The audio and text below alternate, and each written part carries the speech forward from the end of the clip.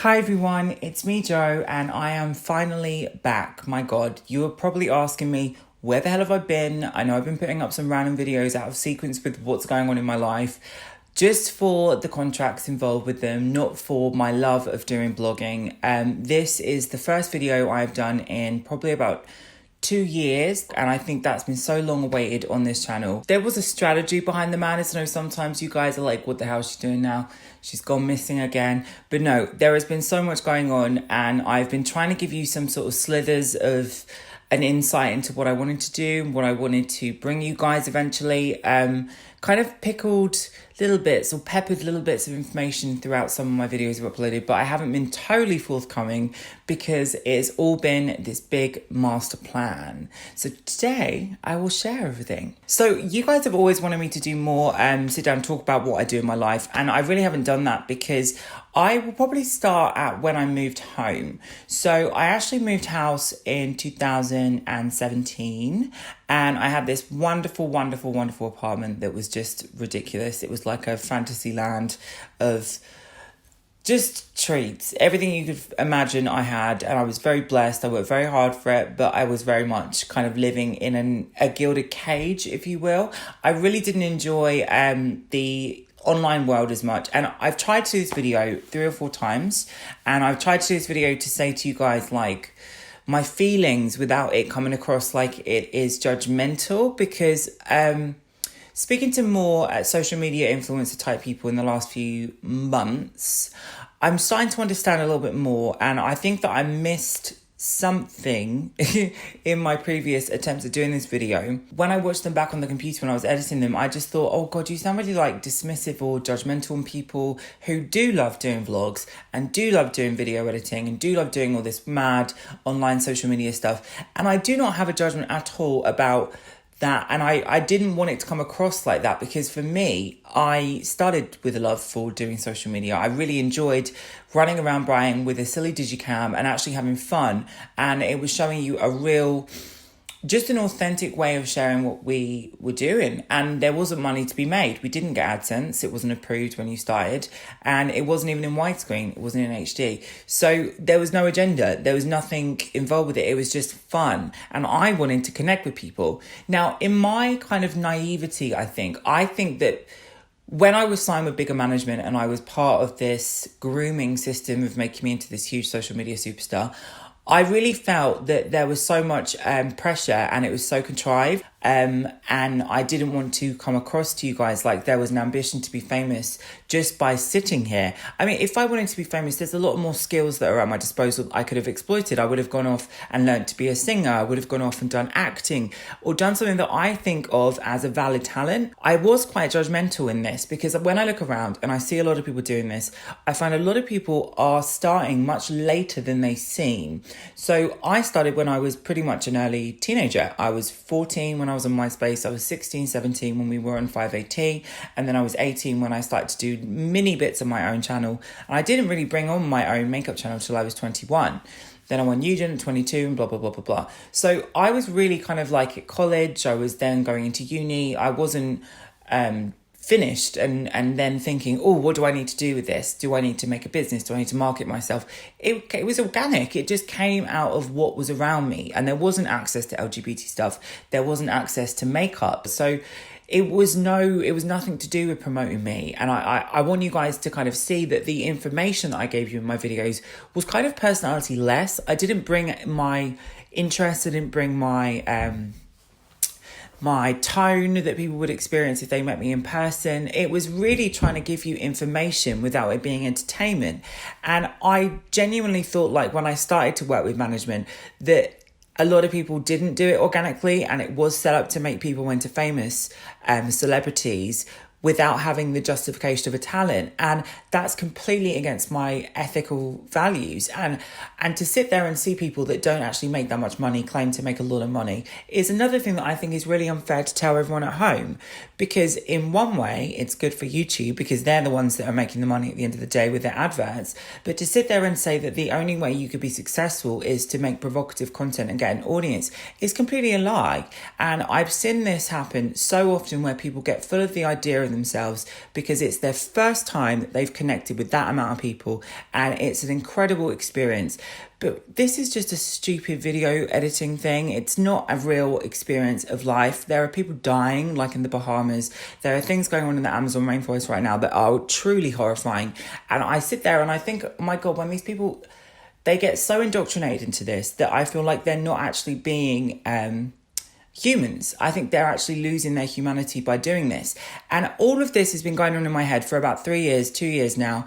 And I stopped doing YouTube completely. I don't care about anything to do with connecting people on social media in that way. I just find it contrived.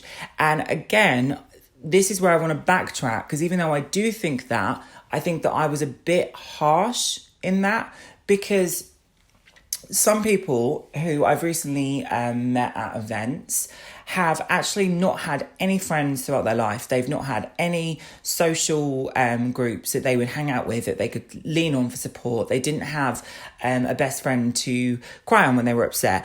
And I just assumed that everyone kind of had that stuff as like a stability thing. Like I always say to people that when I'm giving advice to people that want to do this online, I'm always like, have as much fun as you want, build whatever you want on social media, but please, God, build a life. Don't just rely on this to be your life. Please have a business, please have a job, please go to school. And I think that a lot of people have substituted parts of their life they didn't have with going on social media. And this is where I find a little bit of compassion for a lot of influencers who have jumped into trends to build a platform. And I didn't really realise how many people didn't have aspects of their life that they could get through doing this. And I think that's where I feel a little bit kind of bad. And let me just fix my hair because I'm getting a bit animated. So I think that's the thing that I kind of wanted to say to you guys, because I don't know, it's not that I didn't know that, because obviously I knew a lot of LGBT people, and the reason why I went online is to connect with other LGBT people, but I also had lots going on, and I also was living and thriving in other areas of my life. And I find it really strange though that some people really do get fallen down the rabbit hole with this and they cannot escape it. And then there's this new thing called cancel culture, where people really go through like emotional breakdowns because people don't like them on an internet webpage. I mean, I don't even check my own Instagram updates anymore. I've got like there's no interest in this to me. And I think that when people expect me to be the caricature on their screen, firstly, no one knows what I'm really like. I'm so different when you meet me in person. I'm not studious, I'm not cerebral, I'm not focused on makeup. I'm actually quite a clumsy, klutzy, silly old fool. There was a lady I recently met, and it was quite a strange exchange because she'd obviously followed me from YouTube, and her connection with me was watching me through YouTube videos. And what she sees is you have numbers on the screen that represents viewers, you have comments on the screen that represents how many people you're interacting with. And I was like, I've had like the busiest 3 years of my entire life. I've been non-stop, and it's got nothing to do with YouTube. Just because I'm not showing it to you doesn't mean there's nothing going on. It's like, it felt like, oh my God, the veil had been lifted. And I was like, no, my partner's in France. We're building this big chateau. We've got 4 properties on the estate. We've got this new business. It's been going for a year. I've been consulting with brands like Christian Louboutin.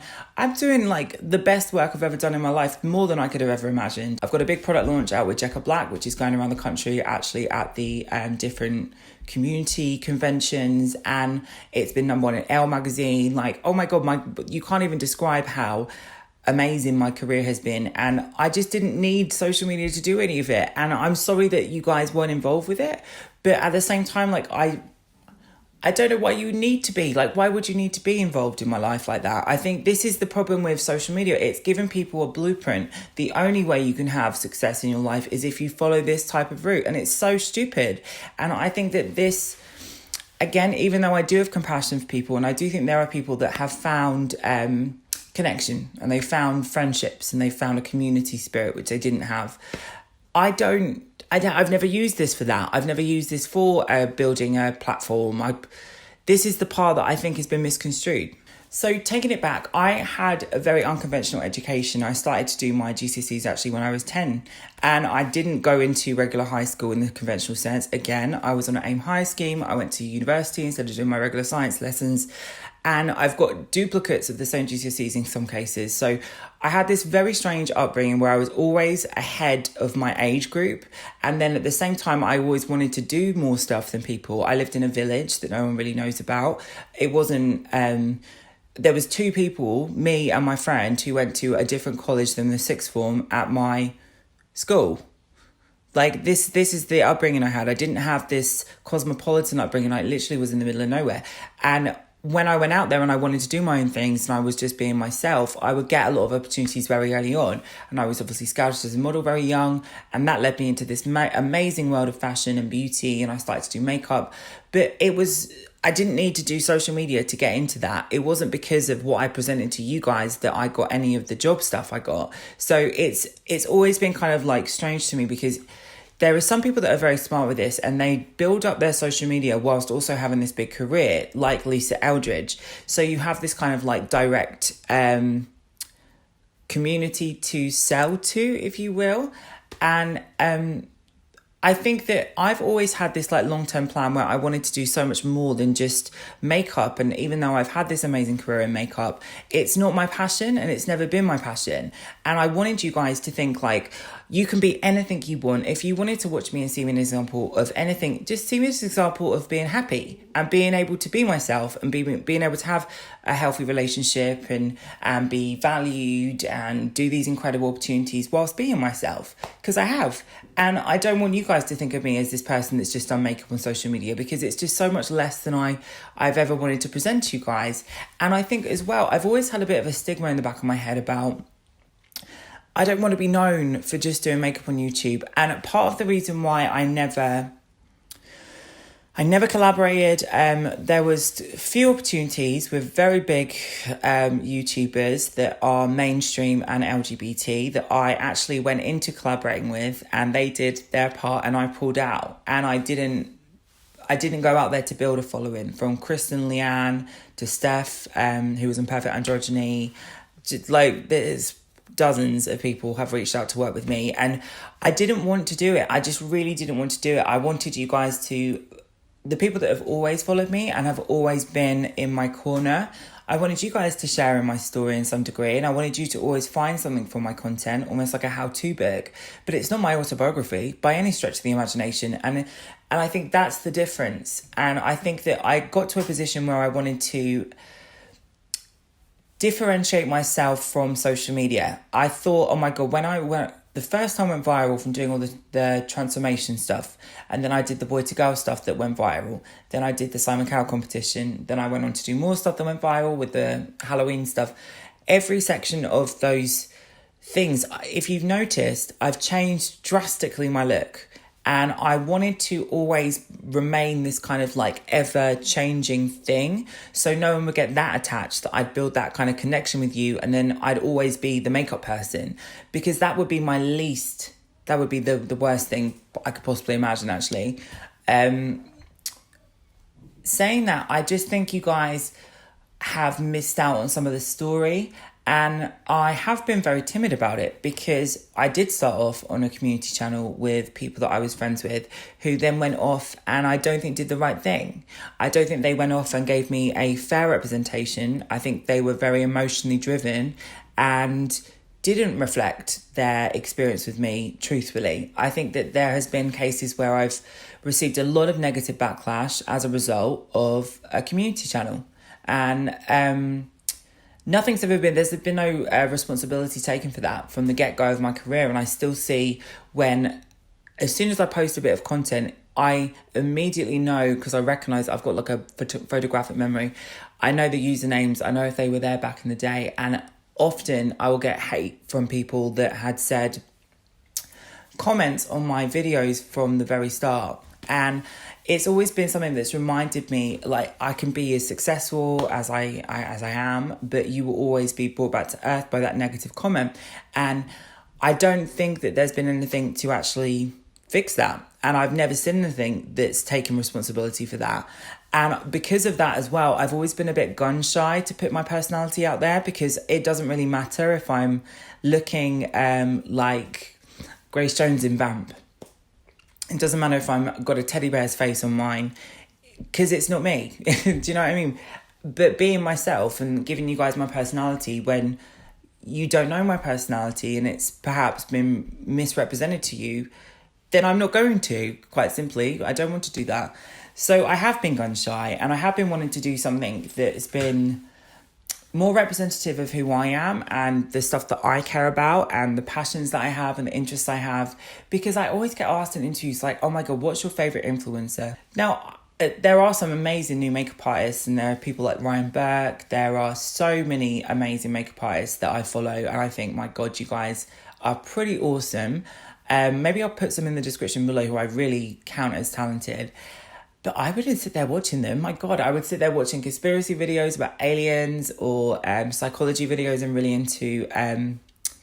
I'm not going to go into my entire things that I watch, but I just do not have an interest in social media, and I'm so different to the alternative subcultures that are in LGBT that I can't even enjoy a video about some of this stuff. I would just never find it interesting, and it's not to be dismissive. It's just that I'd rather read a book, do you know what I mean, than watch a silly video that's like a parody or something. I just don't have an interest in watching things like that, and I never have. And I wanted to give you guys something that would be really new, that would, again, break some ground as an LGBT person. And yesterday, and I'm still in theme from yesterday because I'm posting it today, but it's filming yesterday, so it's out of sequence, if you see what I'm saying.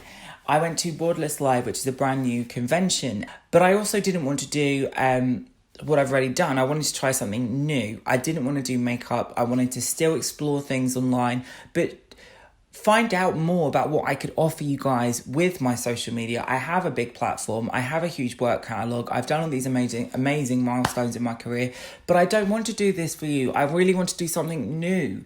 And the thing that I came to conclude with was I need to do something online in a different category. I don't need to do makeup tutorials for you guys. I'm certainly not going to be doing any silly challenges, but I still want you guys to find out more about me. And if you do have an interest and you do want to find out what makes me tick, what gives me my inspiration, then I need something to show you. So for quite some time, me and the Baron have been working on one project in particular. There's been a few, lots of different things. Thank God that I have a super mogul on my team. It's also my husband. Because I always have these wild ideas, but I don't know how to channel them into actual things. So what we decided to do was to build a website. Now, I remember when I was doing Milk's makeup, and I think we were in Hampstead. And I broke my shoe. And anyway, we were getting the train back to Brighton, and we weren't in one of the main stations in London, and there was a bus replacement. So we were sitting downstairs, and we were opposite the people sitting towards the front. We were kind of sitting on that kind of alleyway seat.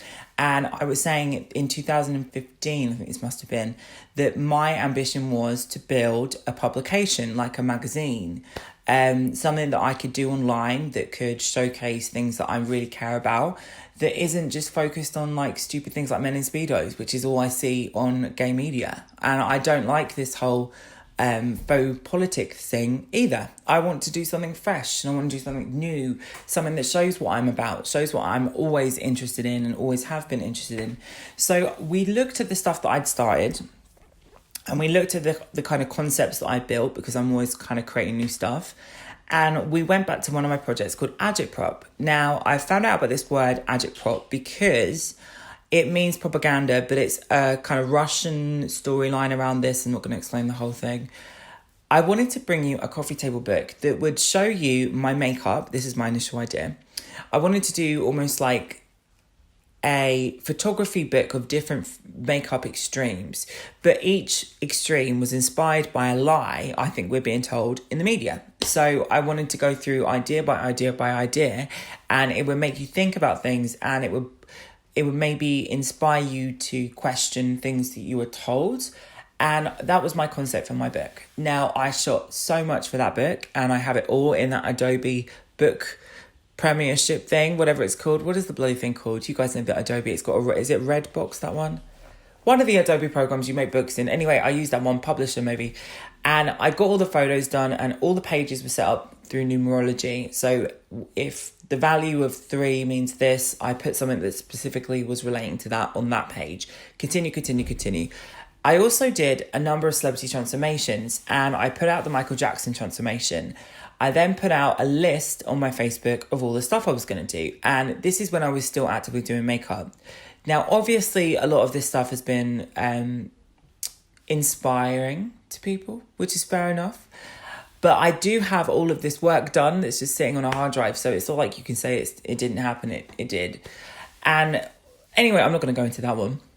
There's a lot of work that I did with this. And I was talking to the Baron and I was saying like, well, I want to do something that involves cooking because that's something that really makes me happy. I really love cooking. I really love doing things with food and feeding my friends and finding new meals. But you guys might not know this. I've been vegetarian and vegan my entire life, not just in the recent years. That's been my life. That's how I cook. And I love to cook. So I was taking pictures of my food and I was showing it to the Baron when he was away because we have properties in France. When we first met, he had 40 venues around the UK. He also has a couple of homes in Brighton. I say homes, they're like freaking mansions. But anyway, he was always here, there and everywhere. So when he was in Los Angeles, when he was working with David Beckham in Miami or whatever he was doing, I'd send him my food I was cooking to like be like, look, you should be here. I could be cooking you a nice dinner. Anyway, he was like, you know how to cook. This is really strange. And I was like, why is that strange? Can people not cook if they're this pretty? I'm kidding. But he was like, you need to do something with this. You need to come up with a concept to do something to do with food because you love doing it. You're doing it every day anyway. Why not just take a picture of it? And I was like, okay, that's quite a clever idea. So instead of actually coming up with a concept and planning out, it was something that kind of grew organically and it grew into this kind of like series. And I did like 150 recipes really quickly.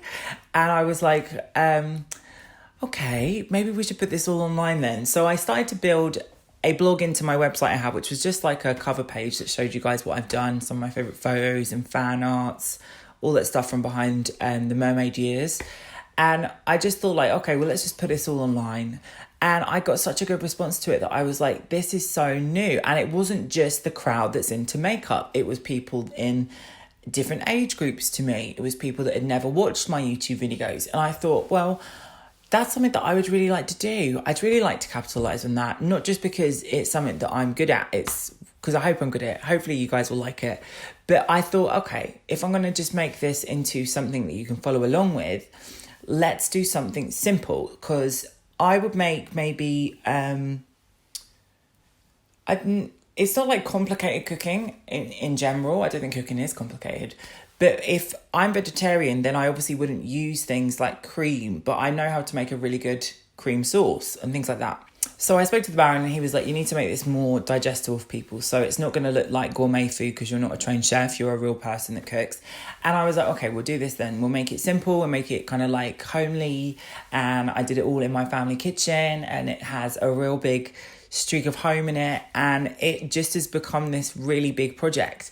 And I was like, okay, well, this is going really well. This is actually something I can do, which I don't feel like is a burden. I'm not even worried about money, or I'm just doing it. I'm just living my best life and doing this when I'm wanting to cook. So I continued to do this project and I thought about other things that I'd seen people do. And one of my managers that I work with in the UK moved to a different management connection. And I didn't want to be managed at the time. I wanted to do my own thing. So I still kept in contact with her. And one of the people that she manages does a travel blog and she does kind of travel and fashion. So I look at crazy people like Nina Hagen or Pete Burns or Bowie or whoever. But I would never look at some sort of blogger online and think, wow, that's innovative fashion. And then I was like, oh my gosh, she doesn't even own the clothes. She's actually getting the clothes sent to her. And then I was like, this is another world that I didn't even know existed through social media. People can actually get clothes sent to them. They can get sent to destinations. I was like, oh my God, this is actually making me excited again. So I was really kind of at this dead end with makeup. It wasn't inspiring me. It was also something that I do in my day-to-day because I work with brands in my day-to-day. So I was like, okay, so I have to pretend that I'm doing all these weird, stupid challenges online and absolutely hate it. Or I can do something that's totally new and still do my makeup stuff for work. So that's what I did. So I started to inquire with different travel agencies, and I found so much hurdles, let me tell you. When I say there is no LGBT people in their 20s doing travel content, there is none. There's like none. There's like no people doing it. The closest person that I thought was kind of interesting was a guy that I don't think is, I'm not going to assume his sexuality, but I've assumed his sexuality. And he basically is a German guy that does insects. He breeds insects. That is the closest thing I've seen to someone in my age demographic that's actually doing something that's on social media, that's to do with nature, that's to do with travel, that's to do with food. Because he goes to like Indonesia and finds the giant spiders of the caves of Indonesia. That's so much cooler to me than stupid makeup challenges. And I really thought that there was a niche. There was a niche in the market for this. So I went off and I tried to communicate with different brands and different journalists. One of my good friends, his fiance actually is a travel journalist, and she gave me some links. And when I started to talk to people, I would get to the certain point which I was like, okay, we've secured a lead here. And then I go to like the let's now do the work, and it would always kind of drop through. And I would be like, well, what is going on here? And it would be like, we have to tie it into a Pride season. We have to do this. And I was like, why do we have to tie it into a Pride season? What's that got to do with anything? I'm not going around for, like doing a gay club review. I want to go to a destination like the Czech Republic. I don't want to go to Manchester Canal Street. Like, what is this about? Like, I don't understand what the problem is. Do I not have the ability to take incredible photographs and create things? Yes, I do. Send me away. And it just took a minute and a half to get my head around how difficult this is. So I started to work with people, and I thought, okay, if it's all going to be email, they're not going to get me. They need to speak to me on the phone. So I would never do this because I don't like speaking on the phone. I would rather have everything in writing as a record. I spoke to people on the phone, and when people started to listen to me and hear my ideas, it fell into place. And I started to book different destinations and different spas. And this is where everything has kind of come together, because there really is no one doing this like me. But it was a new challenge. And I just recently went to Borderless Live, which I mentioned earlier. And it's basically a travel convention where you go around and they've got different packages and different influencer networking groups for holidays, for travels. I kid you not, there was me and Jamie Winhurst, and we stuck out like a sore thumb. And I didn't even know that there was this is an example. Okay, so I went over to the lady that deals with the Mauritius destination, and I said, okay, I'd love to hear about Mauritius. What is the culture like? Are they accepting to transgender people? Because sometimes in some countries they love, they're okay with gay people, but they're not okay with transgender people. And I was like, is this going to be an issue because I look like a girl on my passport, and by the time I'll get to a destination I'll have a beard and look like Father Christmas? Like, for God's sake, like, what we're going to actually have to deal with here?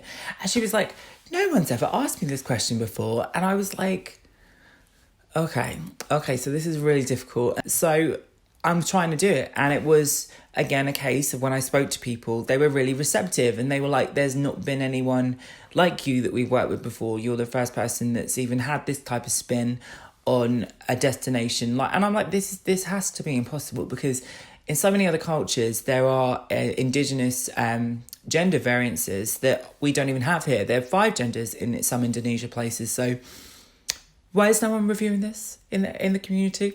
So I was talking to the Baron, and I was saying, well, Gwyneth Paltrow has a website called Goop, which is really stupid. It's about putting jade eggs in your body where you don't need to put them and things like this. Why can I not do this? So basically that was my project idea. So I designed this website, and we've been working on it for several months, and it's come to fruition. So all of the stuff that I've been working on, and I've been giving you slithers of hints towards, is about this new project. And I want you guys to go into my website with kind of like curious eyes and see what you can find there, because I've been doing things like a wildflower diary, and I've been doing things like spa related things, because I still wanted you guys to find out some things that I do. And I got the opportunity to work with a lot of dermatologists recently, and a lot of estheticians that focus on skin, and I've put that stuff in there, and hydrotherapy. Another thing that's been going on, I've been getting a lot of work done to my back and my body, and I put on weight, and then I got lots of fat dissolving, and then I lost weight, so my proportions would change, which is so it's like beyond one video. It would take 2 minutes to do, and I can't be bothered to go through it. But that's why I've looked suddenly skinny again. But what can we say? I've got all of this on my website. So if you wanted to find a destination that's LGBT driven, but not necessarily orientated, that's got interests in that area, but it's not focusing on that area, that will touch on politics, but not be too political, that has fun recipes and stories and positive wellness things and destination reviews, then look no further, because I have made it. So I really wanted to do this video today and really give you a long one because it was so overdue. This isn't a catch-up blog necessarily as much as this is the story of how I got to Agitprop. But it will be for the meantime on josephharwood.com. And as my second website launches for Joseph Harwood, we will then have a cover page and you can choose between the two. So you will eventually get to Agitprop from Joseph Harwood either way, but it will be in its own domain as things go on. But some of the people have been asking, well, you've been putting up these videos and taking them down. It's basically to drive SEO, which is part of the process of listing things. And I needed to do some, even though I didn't want to do videos, it would just kind of generate some links back, if you will. And that's really important in how Google shows you to things. So there's been so much work in this and it's been such a relief. And I wanted you guys to understand where I was coming from and know that even though I have done beauty and it's been a smash hit, I didn't want it to be my defining thing. And I'm quite happy that people have come along and pilfered ideas from me. So I'm no longer known exclusively for the things that I came up with. I'm quite happy about not being involved with that because there's so much more to do and so much more I'm interested in than makeup. But doing that, I am actually still doing makeup in my day job. And please check out the collaboration that I did with Jecca Blac because it's been huge. I couldn't believe all of the press from Vogue to Forbes to Elle, Marie Claire, Refinery, Dazed Confused, etc, etc.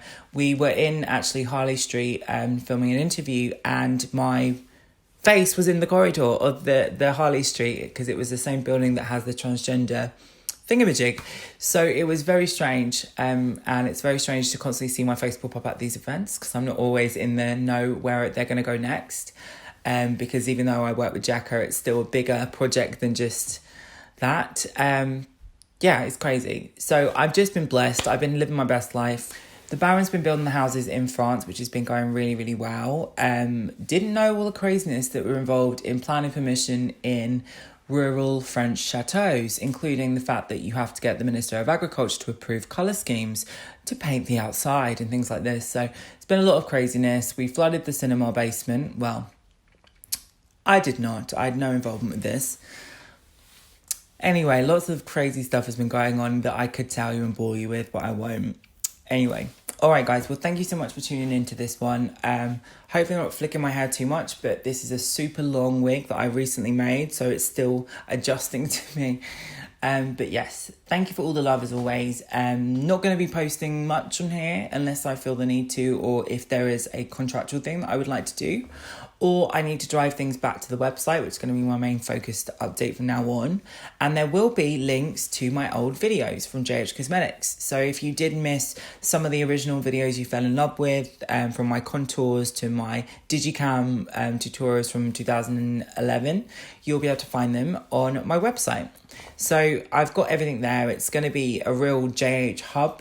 And I've got lots of people involved with that. And if you would like to submit political pieces or your thoughts, please reach out to me just by my email. You can either contact my assistant at info@josephharwood.com, or you can contact me at josephharwood.com. Or you can contact my second business, which is Team Baron, and that is my business with the Baron. We kind of played on the idea of calling him the Baron and made a business out of it. So I have my card that says Team Baron on, and that is my other business that I do. And yeah, you can email that in the links below. We have a website for that launching as well. And I can't wait. All right, guys, I love you all. Take care, and I'll see you all soon.